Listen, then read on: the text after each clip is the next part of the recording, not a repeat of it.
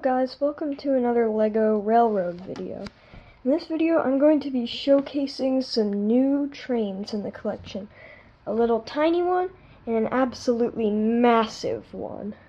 As you can see, I have a bunch of my trains up on the shelf here, minus a few that are being worked on down in my basement in a LEGO workshop. But other than that, let's just get into the video. Don't forget to like and subscribe. Alright, here we are on the floor, and let's just start off with the thing that you guys probably don't really care about as much, and that's the little tiny engine here. So I have the camera down on the ground.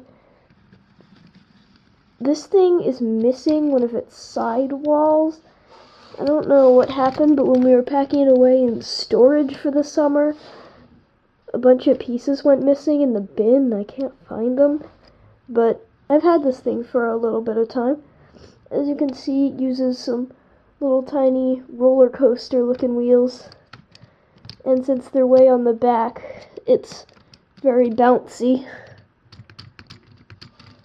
And if we head over here to the switch track, you can see that this thing does not traverse switches very well.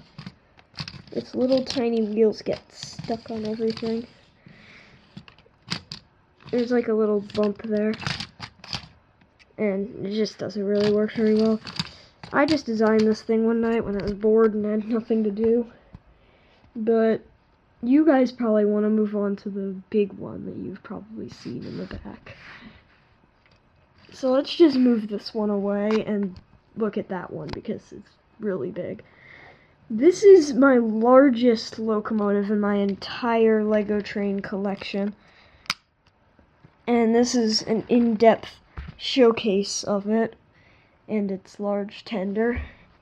So, in a previous video, I showed off this Union Pacific 4014 big boy tender that I was never using for anything, and I said that I was going to use it for a locomotive. And I tried like multiple different tries on making a big, giant big boy to go along with it. But they kept failing. It was super difficult. And I ultimately just gave up and built a really big steam engine. This actually uses a regular LEGO train base. It doesn't use one of the longer ones. I've just extended it by at least 10 studs there and 7 over here. So it's a lot longer than any of my other engines. And I'm pretty proud of the way it looks. Let's just start at the front. So, the front here, you get a really good head-on view of this thing. You can see we got like a little tiny cow catcher there, and then 2 lights in the front, and then a chimney. And if we go around to the side, you can see the design. Just don't even look at those blue pegs that are all over it. I'm probably going to remove those, but I never really did. You can see that there's some suggestion of a piston and connecting rod over there. I'm definitely going to change the wheels on this thing soon, because right now it just uses freight train wheels and just 2 regular bogies. So I'm probably going to change that in the future so it looks more steam engine-like. There is a big section over here that's snot or stud snot on top where it's connected onto the side, and in an upcoming video about my LEGO SD40-2 you're gonna see that I use that same technique on that locomotive.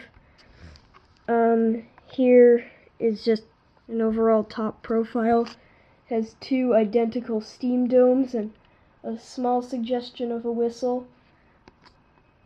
It kind of tapers upwards a little bit. I don't really particularly like that about it, but the funnel on the front really does help that not look so bad. Like if I remove this, it would look, see, it looks bad. This really helps complement the shape of it. Anyways, it's been a long time since I've really examined this thing a lot, so let's head over to the back and see if it has an interior. I'm not sure. So So let's look back into the cab.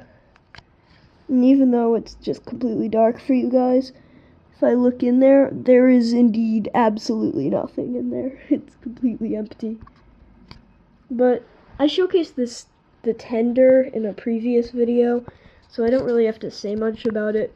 It's just a big black box with a little bit of a design. You can see the section attached to the train. It's kind of hard to tell with the black, but there's a shovel, an axe, and a wrench tied up there, so the engine driver could use that for, like, I don't know, stuff. And in the back, there's just a little bit of, like, dials there, and that's basically all for the tender. That's the whole entire locomotive. It has a little bit of trouble with turns, but it's not, like, drastic. It could still go around turns. Like, I could put one of the motorized city trains behind it and have it pushed, and it would go around any type of layout fine, unless the track wiggles, or the bendy tracks. Really doesn't like those. But that's all for this video. I hope you enjoyed. I like making these shorter videos with the trains, so like this video if you want to see more of these where I showcase one or two trains in a single video.